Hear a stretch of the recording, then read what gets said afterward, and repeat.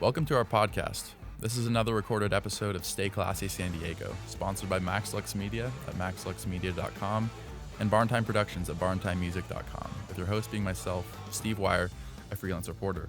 This podcast is dedicated to healthy dialogue around all things local policy in the North County San Diego area. Join us weekly as we interview political leaders, analysts, professionals, and community members on issues ranging from homelessness to housing density to elections. Today we bring into the studio Catherine Blakespear. Catherine was just elected to serve as the new state senator for the 38th District, California. She's also been on the city council since 2014. She's been the mayor of Encinitas since 2016, and she's the current chair of SANDAG, which is the San Diego Association of Governments, which is the metropolitan planning organization for the county.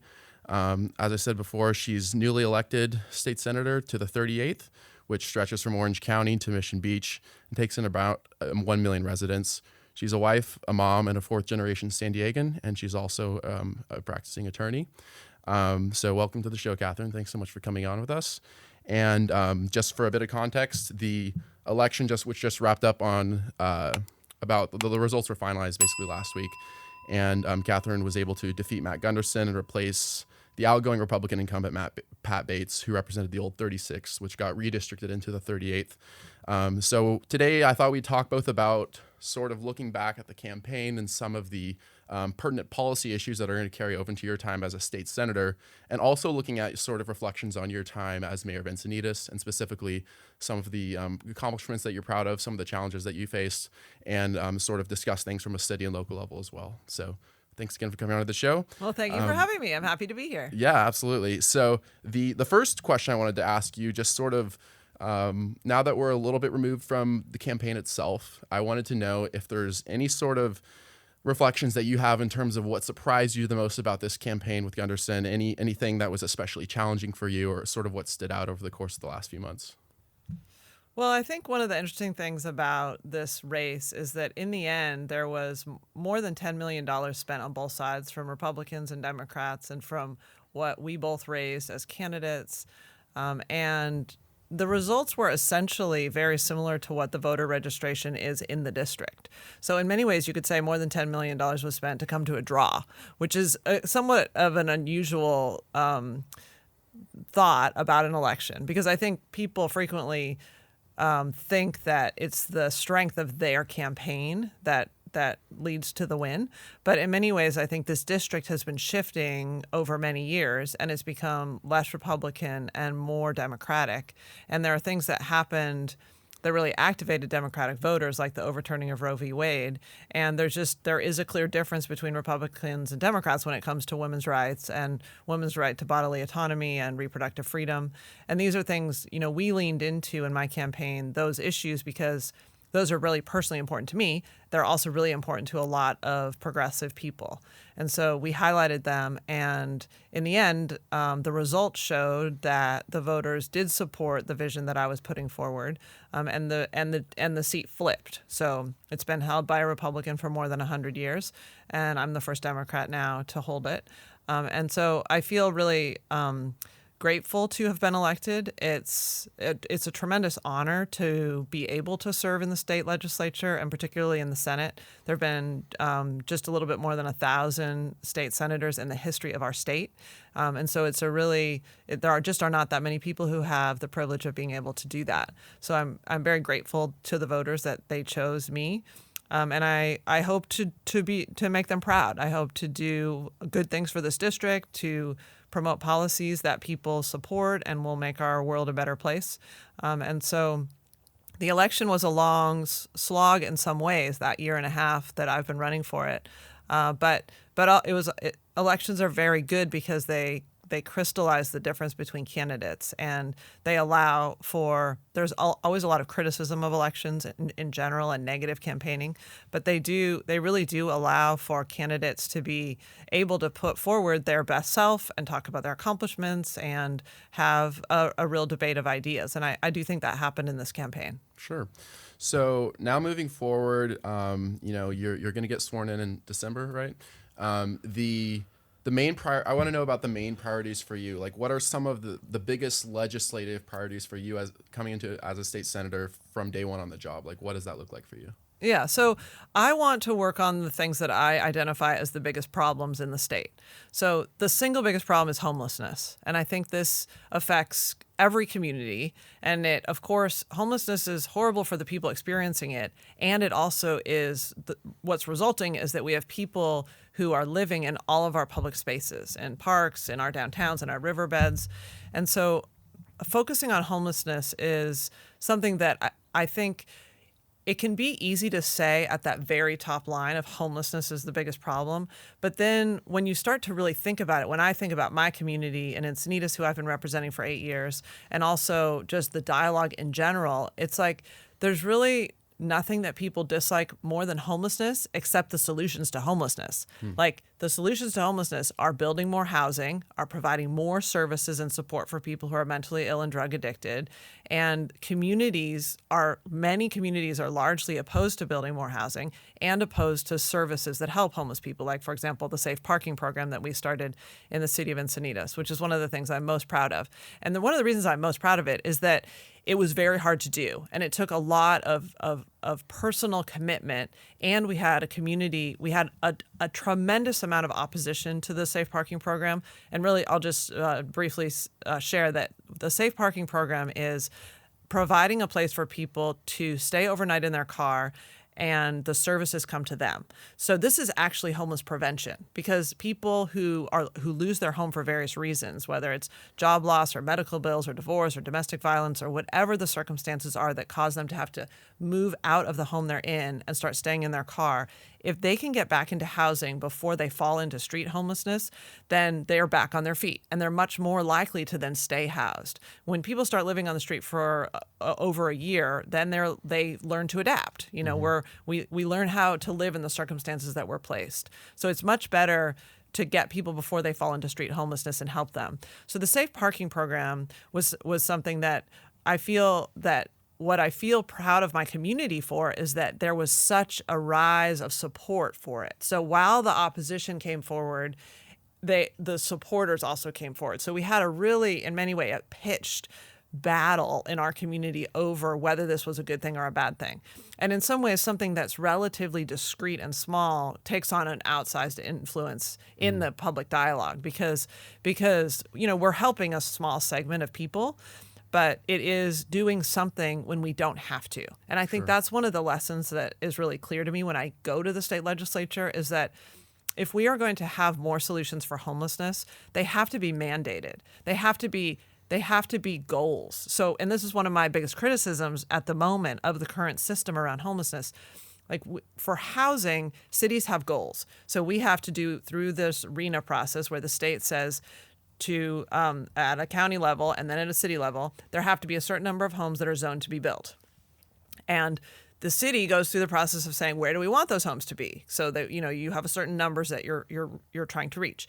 But with homelessness, we don't have any goals. Like literally there are no goals. And it's one of those things where when the governor just recently said he was withholding money from cities because he didn't think that they were ambitious enough, their housing elements were ambitious enough, the cities, I think, reasonably could say, well, what do you want from us? Like, what is the goal? Because I think functional zero for homelessness is the ultimate goal. But what does it mean when you have people who are distributed throughout various communities, who are living in those cities? They're not living in just the county. They're not living just on state property. They're living in cities. And so cities, who are also responsible for planning for housing, need to be more responsible for planning for homelessness services and homeless housing. And so connecting, right now we zone for extremely low income and then low income and very low income and moderate, all the different levels. But we don't have a zoning category that's for homeless. And I do think that's one of the things, like my first bill on the first day, like that's what it's going to be. It's going to be related to that, the requirements and the goal setting. And there could be certain incentives, like, for example, like a city like Encinitas, if they provide the zoning for more homeless housing, then they could reduce the number of overall units that they have to do. Because largely there's a concern about overdevelopment in a city like Encinitas, and also just having more and more density. So if you do provide for the lowest level, then maybe you would have to provide fewer overall units. So it would be an incentive base. It would be carrot as well as it being mandate. And I think I don't perceive this to be easy. So I don't expect I'm going to get up there and say, oh, here, this is my idea. And everybody will just say, great. Yeah. I think it will, just like every legislative process, I think it will be, there are 40 state senators. So there will be a lot of discussion about it. But it's the area where I want to put my own flag in the sand and say, this is something I care about. This is the top issue for communities throughout the state. And I want to work on it. Sure, absolutely.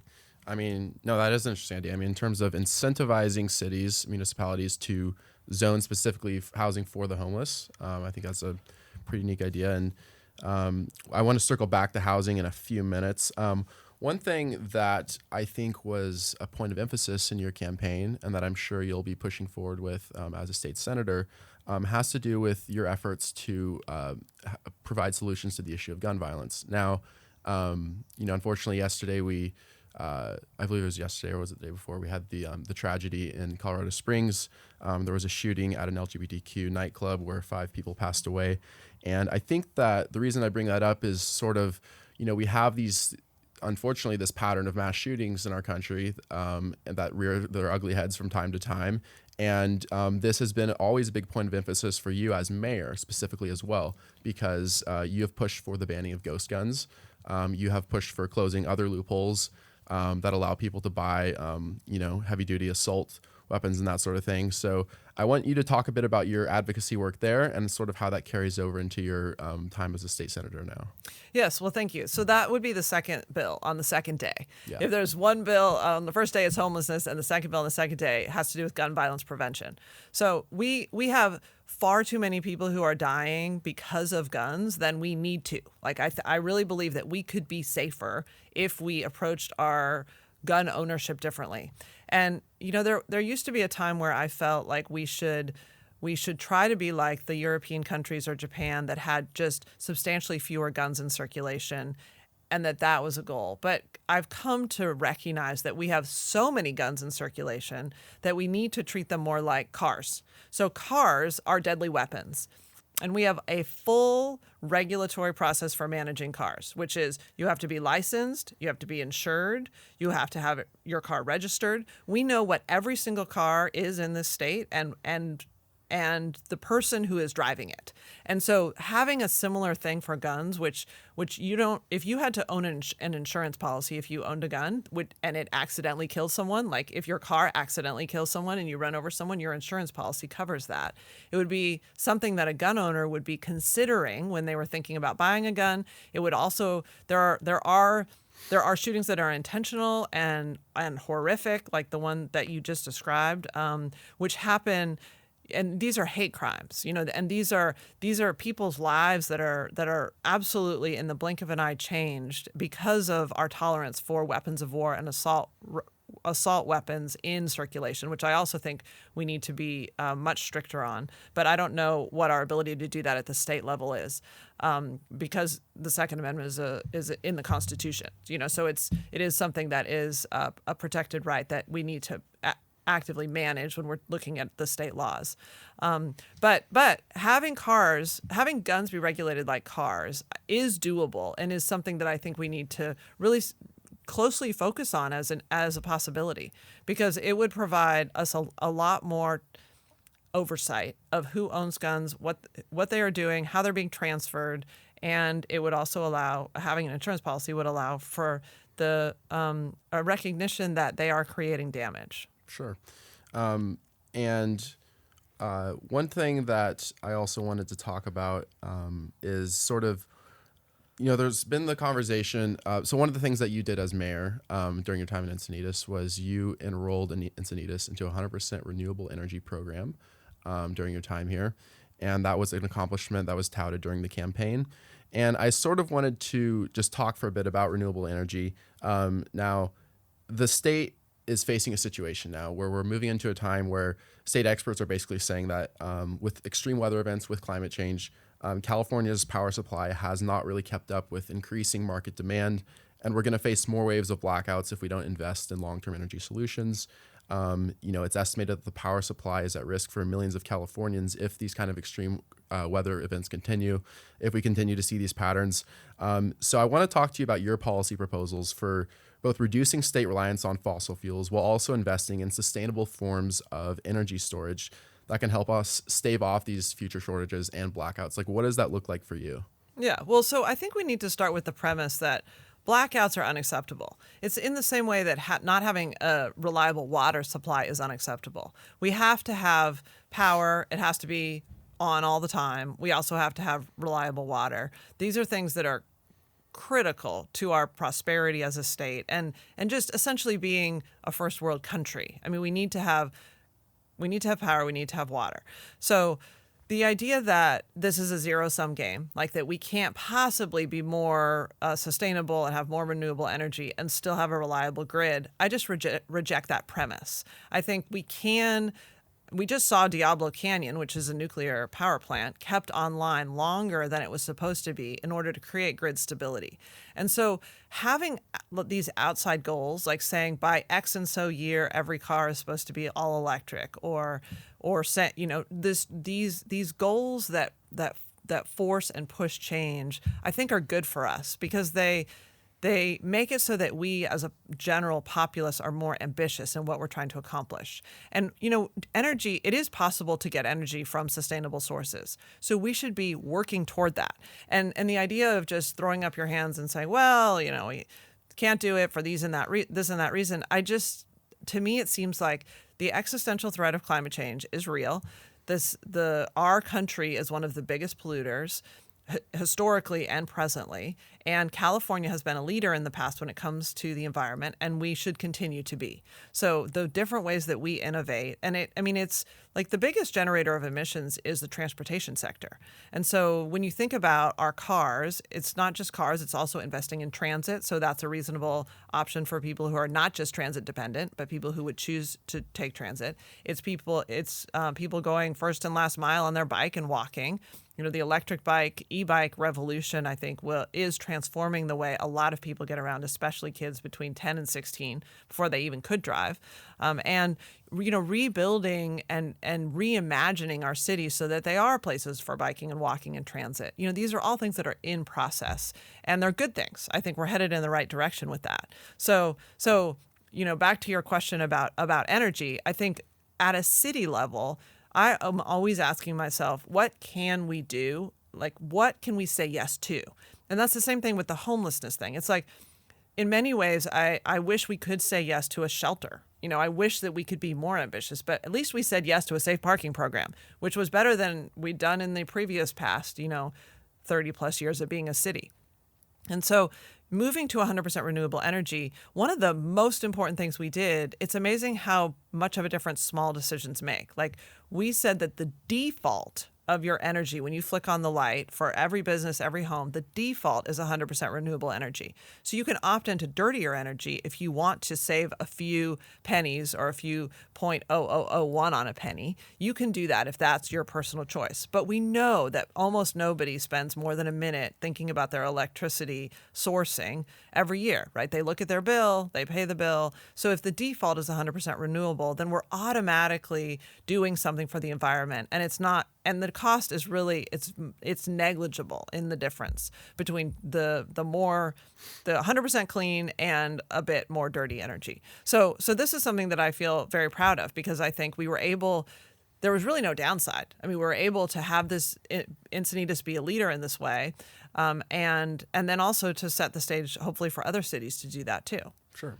Absolutely. So one thing that you did mention sort of a couple minutes ago was the extension of Diablo Canyon beyond 2030, and sort of that was a state initiative that recently passed. So the thing I wanted to ask you is, like, there's a lot of debates over what the future of nuclear power looks like nationally and specifically, in California. And what I want to know is that, do you personally think that nuclear power is a part of the mix of the package of renewables that will help us to a greener future? Did you support that extension, and do you support including nuclear power in the conversation of renewables as a state legislator? Well, I did support that extension because it is operating, and we need it for our grid stability. I mean, San Onofre is closed. So that's a different circumstance. It's not operating.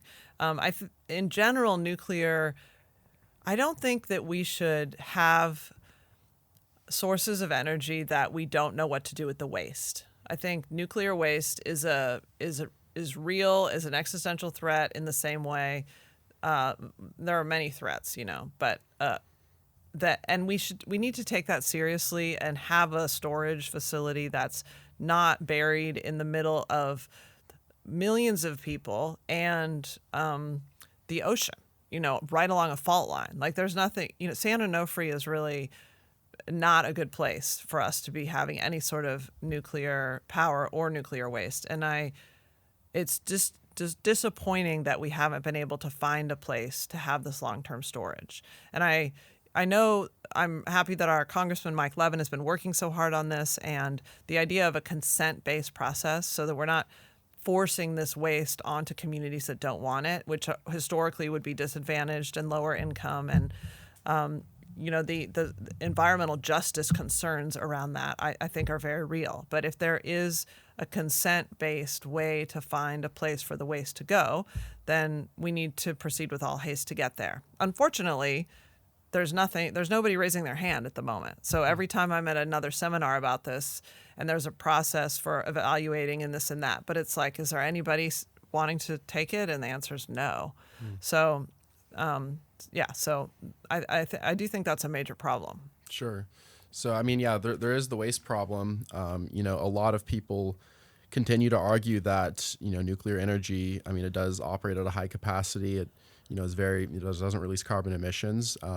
So I guess my question is sort of the nuclear waste question aside, and I know that's like a big one, but in theory, do you sort of support that being a part of the package of renewables that we're looking at as a society and specifically as in California? Not without knowing what we're doing with the waste. Yeah. It seems irresponsible to me. Sure. I think we should be focusing more on solar panels and wind energy and things that are renewable without the major downside. Mm-hmm. Sure. So I want to touch on something that you mentioned just a little while ago, which was when we were talking about renewables, you sort of compared to the conversation around clean water and that sort of thing. So I wanted to talk for a minute about clean water and water scarcity. Now, I've gotten some questions recently from residents just here even in Encinitas who are wondering about, there's a kind of a big push from Sacramento, as it were, and we'll talk about this later with housing, but sort of growth, development, and residents are wondering sort of where we'll get our fresh water supply from, how we'll accommodate that additional growth, that additional development. And the fact is like people are wondering, is the state government doing enough to increase our water storage capacity, or what else could we be doing? So I wanted to hear your thoughts on that. And just sort of where you're at with the conversation around clean water and water scarcity in California. Yeah. So water is foundational to life and to our prosperity, especially here in this region, which is essentially arid. We need to have a water source. And I've been on several wastewater boards and water boards since I've been in local office. And one of the things that's clear is that the sources are the Colorado River, the Sierra Snowpack, and reusing the water that we're already using, and then desalination. And there's some local sources too, like Lake Hodges, which is a dam that's unstable and the level has had to have been dramatically lowered. So that's actually providing substantially less water than it used to. It used to provide a full third of the water in Encinitas from the Lake Hodges dam there. But currently, water is used and then it's treated and then it's put back into the ocean. So we are currently putting millions and millions of gallons of nearly potable water back into the ocean every day. And that is a major source of water. So when we think about the circularity of water, I think that is the area that's the most ripe for us to be more aggressive in that area, because we know that the Colorado and the Sierra Snowpack are unstable sources, essentially, that there's not enough water for the demands on them. And so making sure that our local sources are being used to their best effect and recycling water and using more of it. I mean, right now the recycled waters, the Caltrans right-of-way, golf courses, various medians and ornamental things. but it is very close to being potable. And many people say it actually is potable. It's just that the regulations haven't quite kept up with that yet. And so making modifications in that area, I think, is important. And then the other thing is we have a huge body of water right next to us, and we have a desalination plant, which provides up to 10% of our local water, 7 to 10%. And so that is also clearly part of the future, is that we would have more desalination plants, and we would create more water from the desalination plants that we have. Yeah. No, I was going to ask you about desalinization because, we have the one in Carlsbad, and that was actually one of the questions when I told people that I was going to be doing this interview is people were curious to know your stance on desalinization and specifically with water storage capacity. So I definitely support it.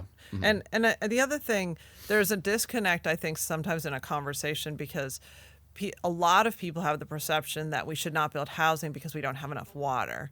But then whenever you're talking to people in the water world, which is highly regulated, and there's a lot of expertise in the water world, people always say that we have enough water to meet demand. We are not a county that actually is at risk because we have diversified our water supply. So we are not over-reliant on just one, like the Metropolitan Water District or something. We have these multiple different places it comes from.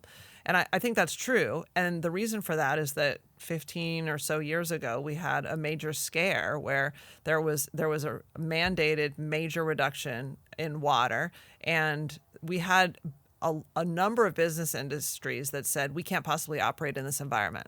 We're not going to set up our headquarters here. We're going to move our businesses out of this area if we can't rely on water. Mm-hmm. And so I think there was a universal within the water world, these different water boards and elected representatives and staff members who said, we can't let that happen again. And so over time, that's why the desalination plant was built. That's why there were efforts to make sure that we had a lot of different water sources coming into our local network. So in many ways, even though residents might say we don't have enough water and I'm being asked to conserve, the truth is we do have enough water based on the various predictions, but we need to make sure we're not wasting water. We need to make sure that we're being smart and prioritizing how we use water, which is we should use it for people's use first. We should use it for growing food first. We shouldn't use it for, building new water parks first, right? Mm-hmm. Like there are things that we need to prioritize what it is we're using water for. Sure.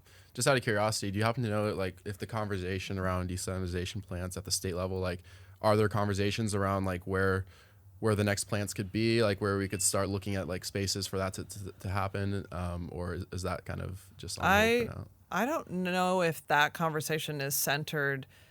My perception is it's centered at a local level. Okay. So there are local water districts and local wastewater districts. I mean, my experience on water and wastewater districts very much informed, because it's a utility, basically, it very much informed my strong opinion that we should join together with other large organizations when we were forming our energy utility. So when we moved over to Community Choice Aggregation, CCE, Community Choice Energy, CCE, we got together with the city of San Diego and other big cities in this county, and we didn't just form our own little tiny one with a couple of other North County cities, because being on these wastewater boards and seeing you have very little capacity to do anything. Like I'm on a wastewater board that's only with Solana Beach and part of Encinitas. So it's like Cardiff and Solana Beach. And it's great, but we don't have the ability to lobby in Sacramento. We don't have the ability to build things. We don't have the ability to, like, the wastewater is being processed, and after the water comes out clean, the waste part, we're trucking it to Arizona because that's the cheapest thing to do with it. And if we were a bigger facility, we could turn it into little pellets that they sell at Home Depot and become fertilizer. There are things that you can do when you have an economy of scale. And it's also more expensive for ratepayers to have so many small agencies. And I perceive that there are too many small water and wastewater districts. But those are the ones, and also the counties, basically water agencies that are formed at a county level, they're the ones who are making decisions about whether to have desalination plants, not the state. I know you would have to go and get state approval, but I don't think it's being driven by the state. At least that's what I think. Sure. I want to circle back to housing for a bit. Just And this will be like, I know you wanted to talk Encinitas. This will be like sort of specific to Encinitas, and also like I think there's larger state issues that play into this. But basically, as far as the issue of housing affordability in Encinitas, I mean, there's no question that home ownership costs are rising. I was doing some research today for zip codes in Encinitas just online, and basically the average single family residence price, give or take, is around $2 million right now. The cost of rent is rising as well. Nearly 40% of Encinitans are renters, and it's tough to find a place for under $3,000 now.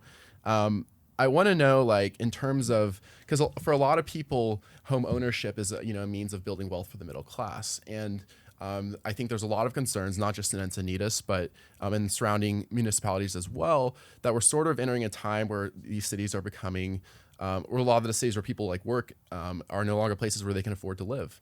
That we're sort of becoming, this society of this local community of haves and have-nots. So what can new Encinitas, like, I know you're, I know that this is going to be a problem for the current city council now to tackle moving forward. And like, what do you think Encinitas city leaders can do now to ensure that this remains an affordable place to live for future generations, and that we don't, become a community that's only accessible for home ownership for the ultra wealthy?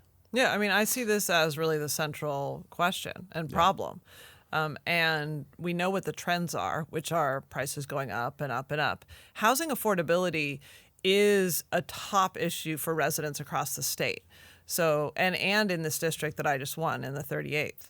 And it's also, my experience with being in local government, it's so interesting because while 40% of the city rents, the majority of people who participate in the civic dialogue are homeowners. They're not renters. And they also are people who do not want to provide the opportunities for more people to live here. And I think there can be a little bit of a disingenuous element to this conversation, because a lot of people will say, in all sincerity, that, and I think that they believe this to an extent. They say, I don't want to have any more housing here unless it's 100% affordable. But 100% affordable is not a feasible project. There is no developer who wants to build a 100% affordable project. And then it gets into this question of what is affordable anyway? I mean, so deed restricted affordable is when you can only charge a very small amount of rent. So getting a developer to build a project that's only able to charge a very small amount of rent is not something that a developer is doing, because we have a private property system. We have a system where housing is both a human right and it's also a commodity. So the system, the market, has gotten itself out of balance because we have so reduced the amount of supply. And I do believe that we have a supply problem, and especially in the lower income categories. So if you look at the number of people who earn minimum wage, and then you look at the number of homes that would be available for those people to rent, like apartments or condos or townhomes or single family homes, it's an amazing divergence of huge numbers of people who make lower incomes and a very small supply of housing that is affordable to them. And then when you look at these big trends and then you think, well, and we have a homelessness problem, to me, it's crystal clear that we need to build more housing. And I think I'll just also mention this because in the campaign, I would sometimes be criticized by my opponents, mostly here in Encinitas, who would show this little clip of me from when I was first elected, saying I was interviewed by somebody talking about housing and saying that I didn't believe that all cities needed to be urban, that there should be the opportunity to have like suburban, lower density communities. And if you want urban living, you should live in San Diego. And I think the reality of serving in office is that you evolve, and you also see how the local decision making is affecting these bigger problems. They're creating these bigger problems. So when I was first elected, or when I was running, the dialogue around the NIMBY perspective of basically like, not in my backyard. No, I don't want any more housing built near me. That's a very strong sentiment for a lot of people. And it cuts across party lines. It cuts across everything, age, even income, really. But the way that I have come to see it, and I think this is really data based, is that we need to have more homes, and we need to have more homes in the lower income categories. And we also need to make room for others. Like we have a very high opportunity community. We have beautiful rail trails and beaches and parks and schools that are the highest performing. And so the idea of like, I got mine in this high opportunity community, I'm going to close the door after me and not let more people in. I find that anathema to what it means to be an American, what it means to be a good citizen, what it means to basically participate responsibly in our democracy. So what I bring to my elected roles, which has made me a lightning rod in many ways, is really a pro-housing perspective in a largely anti-housing city. And I think that this is changing. I think there are more and more people who are saying they're personally experiencing housing affordability as their biggest problem, and they're also a number of people are engaging in the dialogue to say, wow, like if we build an apartment complex right over here, I actually could be able to live there and I wouldn't have to move out of this city because their rent is going up and they can't afford it. But they would be able to live here if that was built. And those are, when that gets built, those are your neighbors. Those are people that create the community. Sure. And we want to have a vital community. We want communities where seniors and artists and people who are police officers and teachers and all of the middle income jobs and all the diversity of families we want that. That's really what creates a vital and vibrant community. And the idea that we're going to end up being so priced out that it's only the ultra wealthy who live here, and then maybe the people who are affiliated with them somehow, like to me that is not the kind of city we want to be. So I'm proud that we have built since I've been the mayor, we've built a bit more than 350 deed-restricted affordable housing units. And those things would not have happened if we did not have an approved housing element.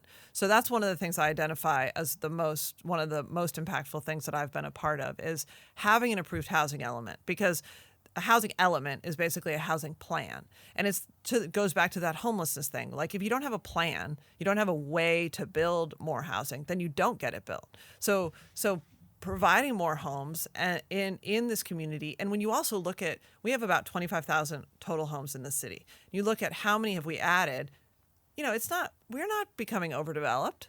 This is a moderate, even slow growth. But sometimes people become so overwrought by the idea of more homes that they are perceiving the ruining of our community. But in reality, we're just adding a little bit of housing.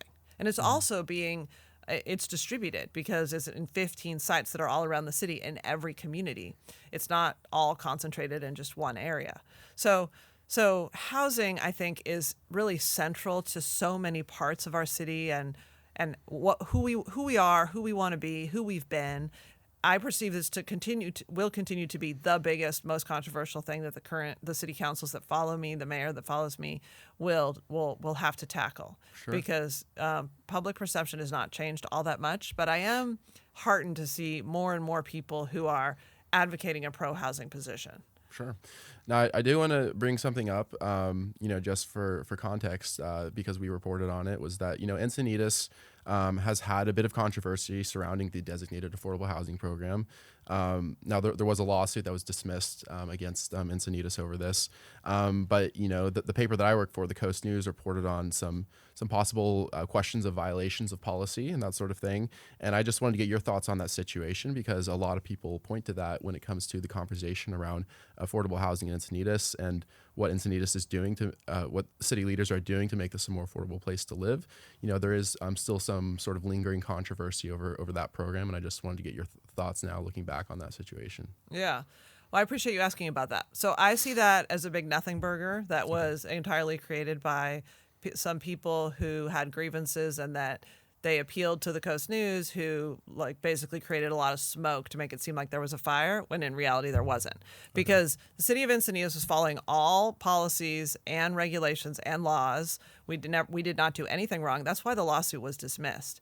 And so when a developer builds a housing and they have, let's say, 20% affordable, and they have 20 homes that are available, they are allowed to rent them, and the developer doesn't deal with low income rentals. Like when you think about what is a low income rental look like, bringing in an outside company or nonprofit to run that program is that is the way that this is handled. And the reason for that, I mean, the criticism was, well, you're not selling it to a low income person. City, you're not requiring that the developer sell it to a low income person. The city is allowing the developer to sell it to this nonprofit or company that then manages the units.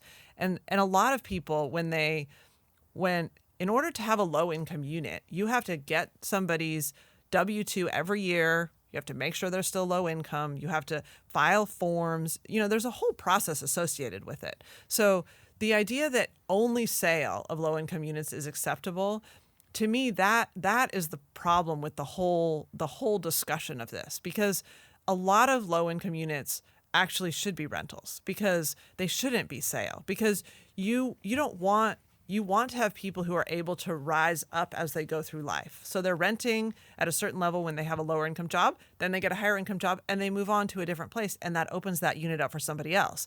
When you sell it to them, then it's theirs and they have it, for years and years and years. And that unit is not available to the next generation of person who wants to or who needs housing. So the premise of the whole thing, which was that they should not be kept in the rental market, they should be sold to low-income members, was something that I found that to be completely false. Sure. Moving more into local matters, looking back now, just sort of in your time as mayor, having served on the council since 2014, but mayor now from 2016 up until this point, just sort of overview, like what were a couple of the top accomplishments in your view that you're able to accomplish? And also on the flip side of that, like what were some of the most sort of challenging situations, things that were challenging for you as mayor to tackle and to deal with during the last 8 years or so? Yeah, well, thank you for asking that. Yeah, so I've been the mayor 6 years and 2 years on city council. And one of the most difficult things that I dealt with was during that first 2 years, and it really affected the way that I approach my governance afterward. And that had to do with our coastal rail trail. So when I was first elected, I think it was 5 months into my first term, there was a proposal from Sandag to build a coastal rail trail which is actually the one that's now built. So it's between Chesterfield and Santa Fe, which is called the Swami's Ped Crossing. And it's 1.3 miles. And we had such an unbelievable uproar from people who did not want that to be built that they put signs all over my neighborhood with my name and a line through it, along with the other council members who had voted for it. There were 3 of us. And basically the amount of anger and people, this was the beginning of the threats that I received personally, like the rape threat on my phone that was addressed to me came during this rail trail drama. Someone saying to me in the parking lot, "I'm going to take you down at the knees," like a number of just really deeply personal and upsetting things. And a lot of the people opposed to this rail trail were, my neighbors and friends, and they really lost their mind over it. And I, at first, when I was first elected, felt like I needed to not just be a policymaker, but to be the advocate who would fight every fight. Like I went out into the rail trail with everybody and stood there and talked about it and said, this is not going to be, sometimes when I'm talking about this, people will say like, wait, what was the problem with the rail trail? The problem was that there was going to be a fence that cut people off from the beach. They'd historically walked across the tracks. And also, some people like to use that rail trail as their own personal dog walking area, or just they didn't want to bring the other in. They didn't want to have the public there. The rail trail is now beloved. It's one of our most important city gems that have been built since I've been in office. And it was so difficult to do that I changed my approach to how I dealt with the community, because I felt like I had been too exposed, I'd been too accessible, and I had received the other end of that with these things that I've described, these like truly threatening and harassing things. And so going back to like, what is a policymaker? What is my role? And my governance approach is to be very comprehensive at the front end to understand both what is the proposal in the project, and also take a lot of feedback. We get it in a lot of forums. We get it at city council. We get it through emails. We have, surveys. We have community meetings. So to take a lot of feedback, but then to get on settle out onto what do I think, is this a good project or not? Is this a good idea or not? And this was the same thing with the safe parking program. We received so much opposition that a lot of times I think what happens is councils fold. They basically say, okay, like we're not going to do this thing because the only people who are showing up are in such strong opposition to this that we're not going to do anything. And I think one of the things that I have done effectively, but is also why I've become the lightning rod for a lot of people, is I've pushed forward on things. And so in the end, I said yes to the rail trail. And in the end, I said yes to the safe parking program. And these things that were really, they were difficult to accomplish. And but they're progress. And I think that's the thing like that I feel the most proud of is being able to have made really important progress on things that matter. Like when I became elected, we had never had an approved housing plan that the state had said was approved. We took 2 different plans to the voters that they rejected. We had these difficult, painful meetings about where to put new housing, so difficult. And the city is about to go back into that process because of where we are now with the next housing cycles.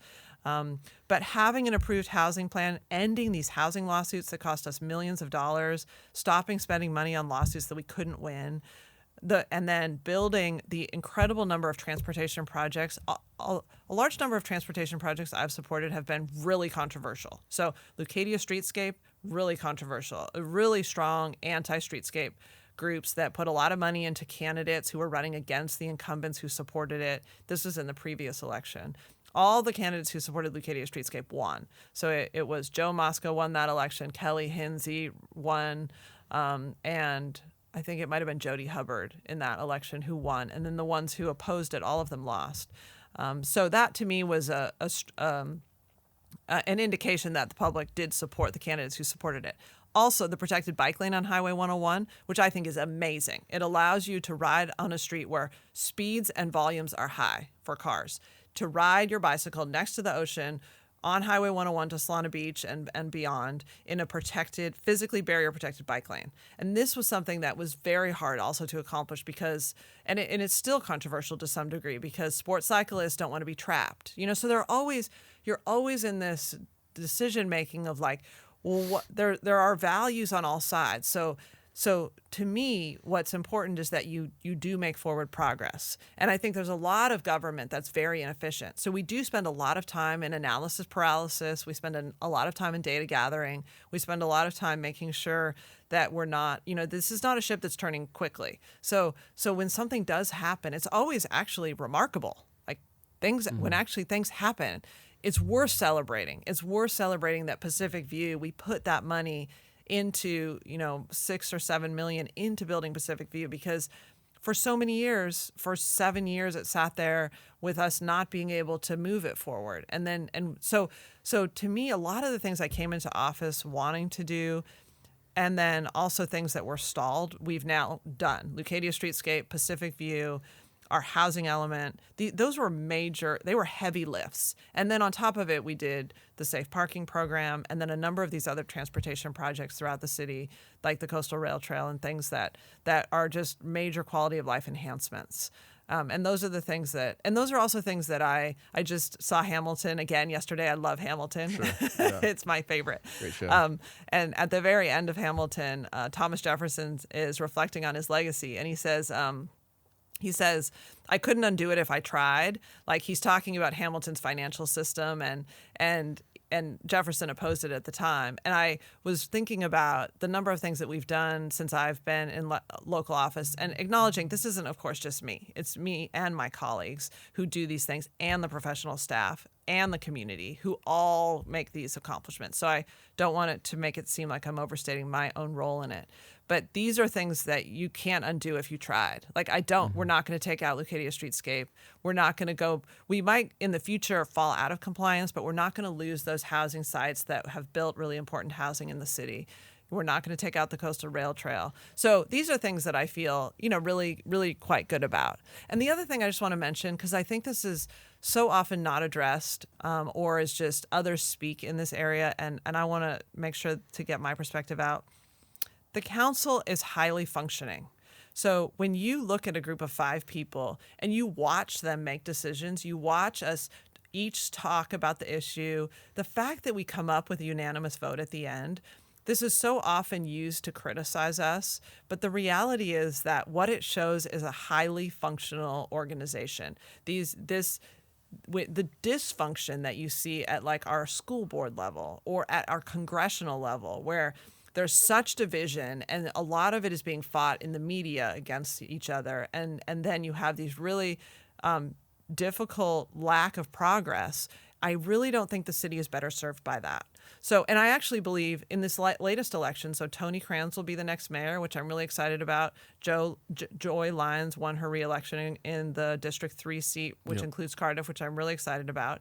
And in the District 4 seat, which was the most unclear to me what would happen, Bruce Ehlers won. And Bruce Ehlers also has a very good temperament in terms of working together with other people. He has a totally different vision, and I do see that he is historically and traditionally been anti-housing. So that will pull the council in that direction, because he will be a bit of more of an anchor on that anti-housing side.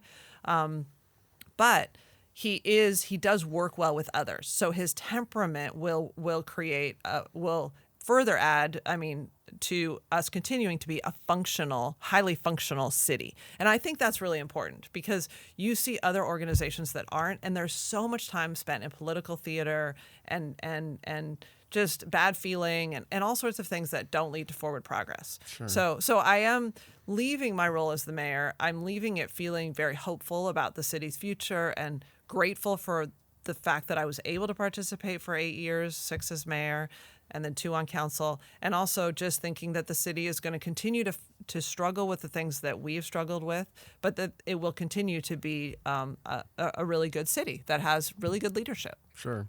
Yeah, no, I was going to ask you, but you sort of answered already, that like this, with the latest election results, with Joy victorious in her D3 campaign, with Tony being elected mayor, and then of course with your own election to state senator, like, do you sort of get the sense, there's this sense, I feel like, in the city, as you said, the council meetings tend to be packed with people who oppose the council, and there has been a lot of criticism over a lot of recent decisions, whether it was the Bruce Ehlers situation, or whether it's Leucadia Streetscape, or whether it's housing.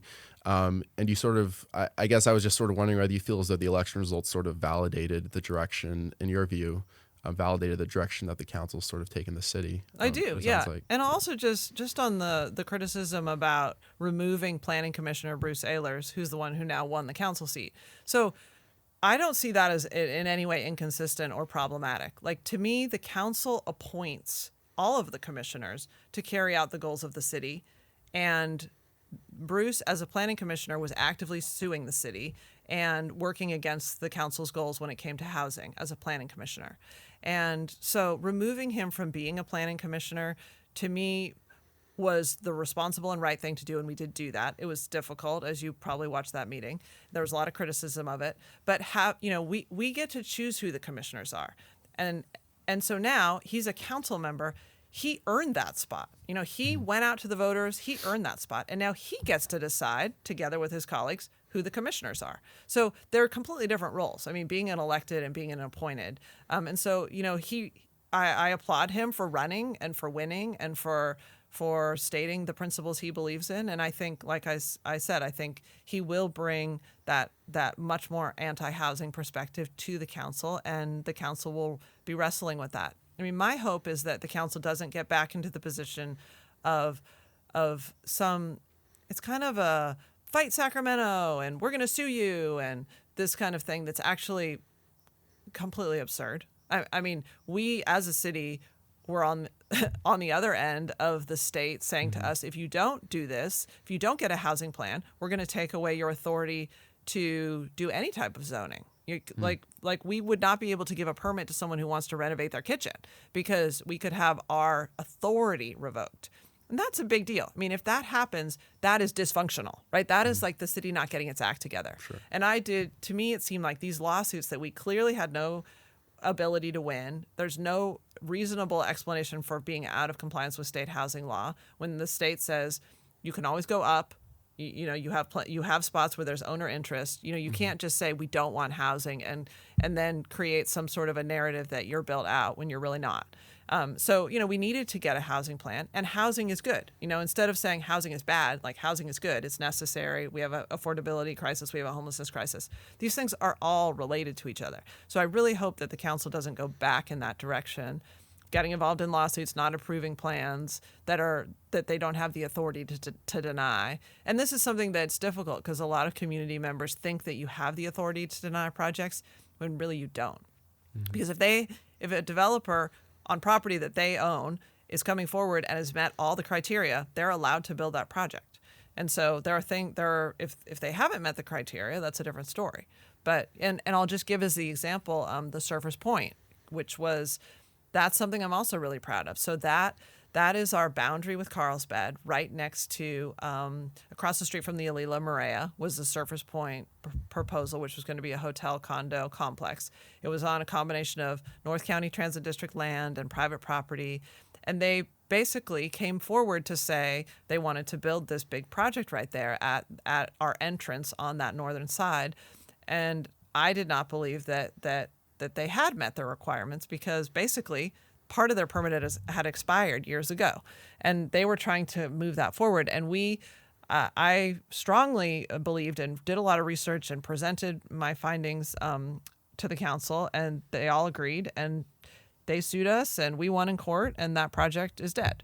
And so it's like there are times when you can say no, but there are also if it's a by right housing project, you can't say no if they've done everything. So part of it is really being clear on that and evaluating, like, where do you have the discretion and where don't you? Sure. Yeah. We're close to 5. Do you have time for a couple more questions? Or Sure. Yeah? Okay. Just on transit, I think we'd be remiss if we ignored your role as the chair of SANDAG and I think it's a local conversation, right, about transit. And I think there's also a conversation to be had now that you're moving into a state legislative role. I'm curious to know, well, I'll start with this. In terms of your time at SANDAG, I think one of the biggest, if not the biggest, sort of things that happened was the RTP, the Regional Transportation Plan, which is going to make considerable investments in public transit with the goal of reducing greenhouse gas emissions, as well as improving transit across San Diego County. So I want to know, sort of how you feel about the direction of this plan right now and sort of how that relates to your concerns or perspectives on transit overall throughout the state. Yeah, I agree with you that the regional transportation plan that we passed, which basically looks out to 2050 and says, how do we want to get around? It's $160 million worth of work. So it's under a PLA. So this will be good jobs where people can support their families, their local hire. It will create more options for transit and biking and walking than we currently have. And I think that is really important and visionary, and it meets these state emissions reduction goals that we have to meet. And when I travel on behalf of SANDAG and go to other agencies or appear on various panels throughout, it is remarkable how well regarded the SANDAG is. And it's Hassan, our executive director, but also the agency of SANDAG, that we have such a visionary plan, that it was passed, that we're doing these really interesting things in San Diego County. I think the problem is that in order to access the larger money, the federal and state money, we have to have a local match. And we don't currently have that. Basically, we don't have a local revenue stream that can access this bigger money. So a lot of these projects are not going to happen in the short term. And that's a little bit of a disappointment. So there was going to be a ballot measure that would have provided a local revenue stream, but it didn't qualify. And so now the agency is in this position of not being able to move forward very quickly. Some of the projects in that plan that I'm the most excited about are ones that are already underway. So moving the tracks off of the Bluffs and Del Mar, we need to have a functioning railroad track. That's like the backbone of a transit system, really. That's not entirely true. Buses are also a major part of the transit system. But if you're on a railroad track and then it's so unstable that you have to put people on buses to go around a 2-mile section because they can't possibly ride on that area that might fall into the ocean, because it's too dangerous, you don't have a functioning railroad track. So I'm excited about the fact that Sandag was visionary enough to get together a plan that we could get $300 million from the state to get us through environmental and design right to the shovel-ready project. So that's something that's happening at Sandag. In contrast, an area that I'm hoping to work on at the state level is this entire 350-mile corridor. So it goes all the way from San Luis Obispo to San Diego, this railroad track.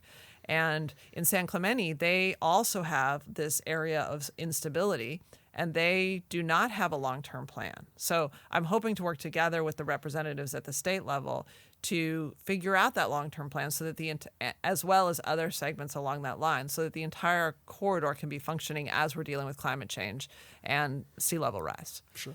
Absolutely. Well, when we talk about Sandag's RTP and this ginormous $160 billion plus plan, I think that there's also a conversation around is this the correct investment in terms of the future of transit? Like I've had recently the newly elected Mayor Vista come on a couple weeks ago, and one of the points that he was making was he's sort of concerned about does this plan prepare us for the future of transit? He really firmly believes that the future of transit in San Diego County, and quite frankly that the state, is going to be in sort of these rideshare vehicles, these self-driving cars and that sort of thing. And regardless of how you feel about that, though, I mean, what do you think this is the correct investment in sort of the future of what transit in San Diego and statewide will look like? I do. I mean, I don't believe that self-driving cars are going to be the future of transit. I think that ultimate technology, the safety part, the reality that it's not worked out yet. We don't have a road network that actually can accommodate this. And there's a little bit of a Jetsons-like quality to it, like we're going to have flying cars and these things. Like, I think certainly we will have elements that become more automated. Like you could have an automated bus, but you would still have sort of like a conductor on it to make sure that people were doing the right things on the bus and getting on and off and paying. And, it would be... There are going to be different roles for what does it look like to have a more automated and connected system. So I think the road network itself could handle transit better. So we could have dedicated lanes where they're just bus-only lanes, basically, and they would go faster than the cars that are all sitting stopped in traffic. But when you go to Europe and Japan and places that have really high level trains, and you really see how they function, and you realize like, wow, we could have this. I mean, having fixed rail transit is such an enjoyable way to travel, and it carries so many people so much faster. It requires more density than we have in many of our kind of existing community here in San Diego. And this is car-centric California, right? Like we basically almost invented this entire system. So how do you transition that is difficult. But I think if we just give up on it and we say, oh, we're just going to have the road network and forget transit, forget fixed rail, that what we're doing is we're saying we're going to have endlessly more congestion, because that view does not solve for congestion. It's like you even if it's autonomous, you're still having so many cars on the road, and we need to be able to move more people more efficiently. And I also think the trip could be more enjoyable, because one of the things people hate the most of everything in their life is sitting in traffic. Mm-hmm. And we all identify with this, right? So the idea of having some mega commute where you're 3 hours from your job because that's the only thing you can afford because housing prices are so high and we refuse to densify and we sprawl out into the backcountry, and you're riding in some autonomous vehicle sitting in bumper to bumper traffic. Like, it's like a dystopian future. It's sure. Like, it seems, nobody wants that, right? So solving for congestion is as important and solving for emissions reduction is a really important component of a transportation discussion. Sure. So I do hope to work on transportation and transit at the state level. Mm-hmm. And I feel very proud that Sandag built that extension of the Blue Line, which was a $2 billion project. We opened it since when I was the chair, and it allows people to get one stop from the border all the way to UCSD. You can go to UCSD now and live all over the county because there's reliable transit. Sure. One final question about Sandag before I let it go is, I realize now you're moving on. You're not going to be the chair anymore. But in sort of looking back, there have been sort of these these controversies over, the recent audit of the contracts with vendors of the credit card purchases, and the executive director received some criticism over some of these issues. And I'm just curious to know, like, do you personally think that Sandag sort of needs to do some work in terms of transparency to sort of earn back public trust as an institution? Or I do. Yeah. And I think the agency's relationship with its auditor is not matured. Like, I'm on the airport authority board where there's an auditor who is perpetually talking to the board about these audits that are process improvement things. Like, we just talked today at the audit committee about when a 2% surcharge that people pay at the airport when they go to eat at restaurants at the airport that goes directly to employee retention. And they audited that. And it was like they said, this is what it looks like on the menus at the airport. And this is how quickly it took for that 2% to get back into the employees' hands. It took 6 months, and they want that to be faster so that, you don't quit your job and not get the 2% retention. These various improvement things. And to me, I was listening to this whole thing thinking, this is such a healthy way to approach what the auditor's job is. And Sandag's entire experience around its auditor right now it's just not matured. And so I hope that there can be less of a gotcha around the things coming out in the audits, and this idea that there's somehow malfeasance even when there's not.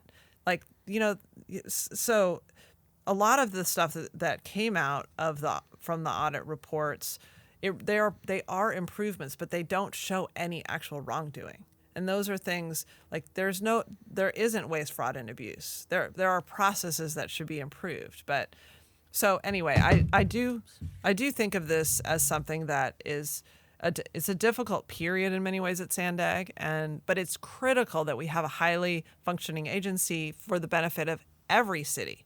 So nobody burning Sandag down doesn't help any city. And this is something that I said in my farewell remarks at my last Sandag meeting was, I really hope that board members can come together and trying to find the places where we can agree on things instead of tearing the agency down in the media or at the board meetings. Sure. Because we need Sandag it's the transportation agency for the entire county, and it does great work, and it has a tremendous reputation outside of the county. We just have a lot of infighting within the county. Sure, absolutely.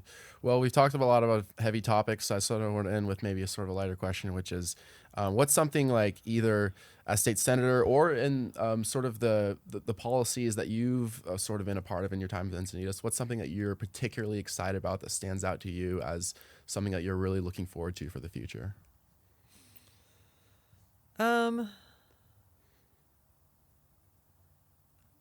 I don't know. I mean, we've talked about the things that are my policy priorities: homelessness, gun violence prevention, environmental commitments.